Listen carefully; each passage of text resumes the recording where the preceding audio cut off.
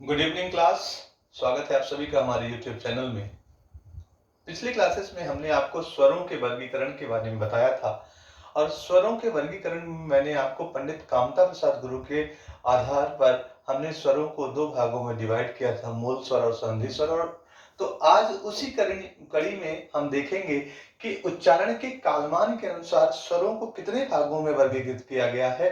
लेकिन उसके पहले हम चाहेंगे कि अगर आपको एमपीएसआई में 10 क्वेश्चन करना है, 70 में से 10 क्वेश्चन जो आते थे इसी से आते थे, या फिर एमपीपीएससी के जो 30 नंबर आपके वर्णमाला से आते हैं मेंस में, उनको अगर क्लियर करना है, पटवारी के 20 क्वेश्चन जो आते हैं हिंदी में से, उसमें से 5 क्वेश्चन यही आते हैं, तो हमारे चैनल को आप ज़्यादा से ज़्यादा आप सब्सक्राइब करिए और शेयर कराइए और इसको पूरा देखिएगा, तभी उसका मतलब निकलेगा, नहीं तो फिर कोई मतलब नहीं निकलेगा। ठीक है, तो उच्चारण के कालमान के अनुसार अगर आज हम बात करेंगे तो इस आधार पर भी इसको दो भागों में डिवाइड किया गया है।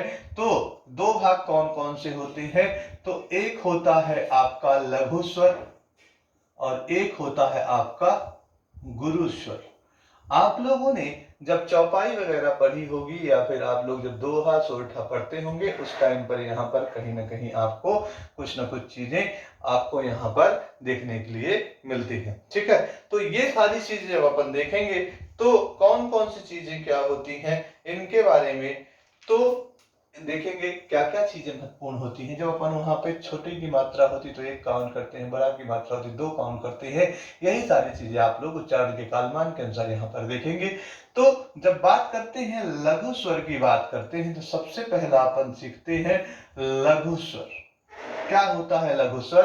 तो ध्यान रखिएगा, जिन स्वरों में आपको आंसर लिखना पड़ेगा, जिन स्वरों में एक मात्रा होती है, जिन स्वरों कितनी मात्रा होती है?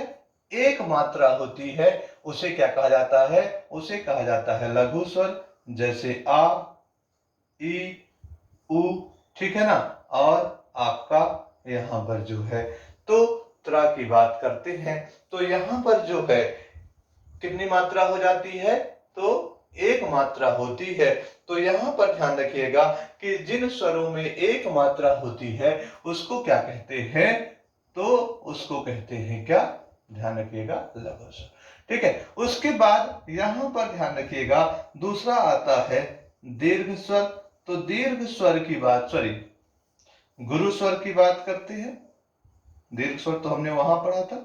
तो गुरु स्वर जो होता है, तो गुरु स्वर में यहां पर ध्यान रखिएगा कि यहां पर हमने देखा एक मात्रा होती है, तो जिन स्वरों में कितनी मात्रा होती है? दो मात्राएं होती हैं। तो दो मात्राएं जिसमें होती हैं उन्हें क्या कहा जाता है? गुरु स्वर कहा जाता है। जैसे अपन लिखेंगे बड़ा आ, बड़ी ई, ठीक है ना, उसके बाद बड़ा उ, फिर ए, ऐ, ओ और अ। यहाँ पर कितनी मात्राएं होती हैं?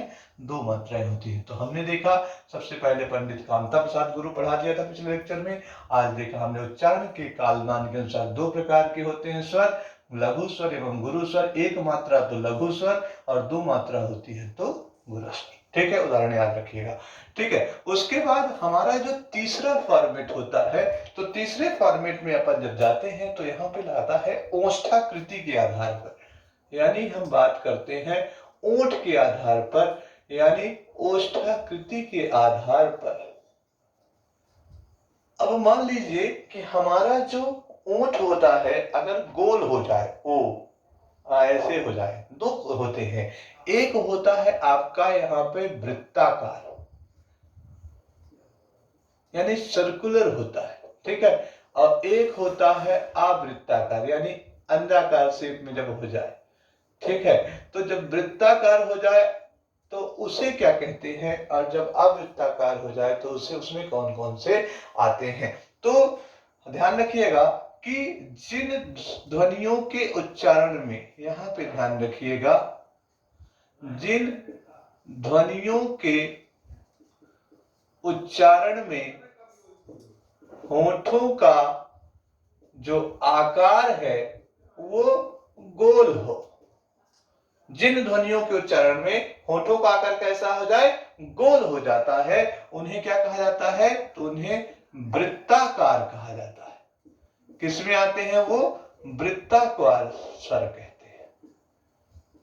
ठीक है, हमने क्या देखा कि जिन ध्वनियों के उच्चारण में होठों का आकार कैसा हो जाता है? गोल हो जाता है। जैसे देखो यहां पर उ, उ, ओ और औ। ठीक है, बोलो उ, उ, ओ, औ। तो गोल आकृति बन रही ना, अर्थात क्या आ जाएगा? वृत्ताकार के उदाहरण कौन कौन से जाएंगे? उ, ओ और औ। फिर यहां पर सेम यही चीज जब हो जाए कि जिन ध्वनियों के उच्चारण में हमारा होठों का आकार, क्या ध्यान रखना है? जिन ध्वनियों के उच्चारण में होठों का आकार गोल नहीं होता, जैसे कौन कौन से? तो वो क्या कहलाते हैं? अवृत्ताकार। क्या कहलाएंगे? अवृत्ताकार। तो कैसे? जैसे आ, बड़ा आ, ठीक है, ई, बड़ी ई, ए और ए। हमने क्या बोला कि जब ध्वनियों के उच्चारण में होंठ गोल हो जाए, उ, ओ, औ, तो गोल मुंह बन रहा है। और जब गोल मुंह ना बने, आ, ई, ए, इस टाइप की आकृति बनी तो क्या कहलाता है? अवृत्ताकार। ठीक है, तो हमने क्या देखा यहाँ पर? उच्चारण के कालमान के अनुसार भी दो भाग देखे, गुरु और लघु देखे। ठीक है, और यहाँ पर होष्ठाकृति के आधार पर हमने दो देखे। और कौन कौन से दो देखे हमने? तो हमने देखा वृत्ताकार और अवृत्ताकार। ठीक है, उसके बाद यहाँ पर जब बात करते हैं तो अगला आपका आता है उच्चारण में लगने वाले समय के आधार पर कितने प्रकार के होते हैं। अब चौथा नंबर अपन देखते हैं, उच्चारण में लगने वाले समय के आधार पर की बात करते हैं। तो ये चौथा नंबर जो लिखा हुआ है, तो उच्चारण में लगने वाले समय के आधार पर बात करते हैं तो हमारा कितने प्रकार का होता है? तो यहाँ पर दो अपने को ध्यान रखना है कि यहाँ पर तीन प्रकार देखने हैं। कौन कौन से? तो पहला होता है ह्रस्व स्वर, दूसरा होता है यहाँ पर दीर्घ स्वर और तीसरा होता है यहाँ पर प्लुत स्वर। अब पहला क्वेश्चन ये उठता है कि सर ये ह्रस्व स्वर क्या होता है? ह्रस्व स्वर क्या होता है? तो जब बात आती है ह्रस्व स्वर की तो यहां पर सबसे पहले ह्रस्व स्वर, दीर्घ स्वर और प्लुत स्वर। तो आप लोगों को तो प्लुत तो पता ही होगा। प्लुत में आप लोग जब बीच बीच में देखे होंगे यस की आकृति बन जाती है, ठीक है ना, उसको आ पढ़ते हैं तो वो प्लुत स्वर में आ जाता है यहाँ पर। लेकिन यहाँ पर ह्रस्व स्वर और दीर्घ स्वर क्या होते हैं? तो ध्यान रखिएगा, जब बात आती है कि जिन ध्वनियों के उच्चारण में कम समय लगता है, क्या बोला गया?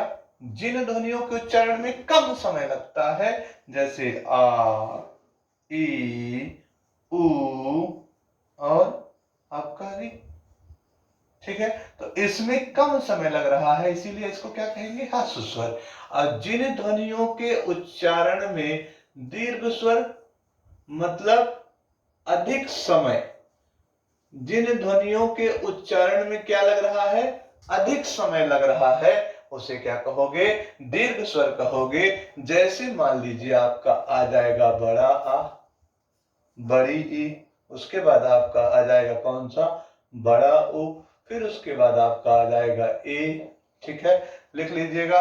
ठीक है, ए, ओ और आओ। लेकिन थोड़ा सा एक चीज ध्यान रखिएगा, जब भी कॉपी में लिखिएगा तो आपको सिर्फ ये तीन लिखना है, इनको लिखने में उपयोग मत करिएगा मेंस में।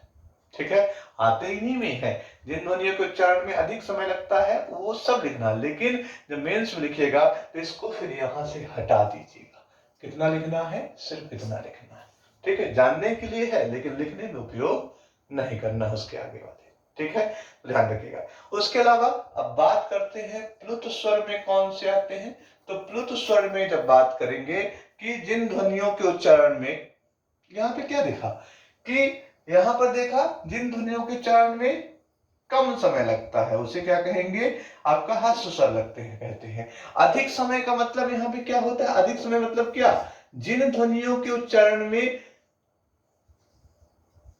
ह्रस्व का दुगुना समय लगता है। अधिक समय का मतलब यहाँ पे क्या था, ह्रस्व का दुगुना समय। अधिक मतलब किससे अधिक, ह्रस्व से अधिक। तो जिन ध्वनियों के उच्चारण में ह्रस्व से दुगुना समय लगता है उसे दीर्घ स्वर कहते हैं, और जिन ध्वनियों के उच्चारण में ह्रस्व से तिगुना समय लगता है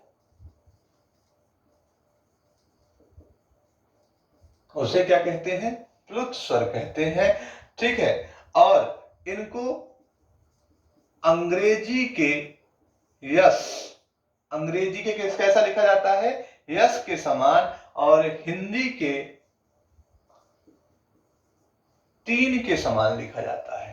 अंग्रेजी के यस और हिंदी के तीन के समान के ऊपर लिखा जाता है, और उच्चारण इसका आ के रूप में किया जाता है।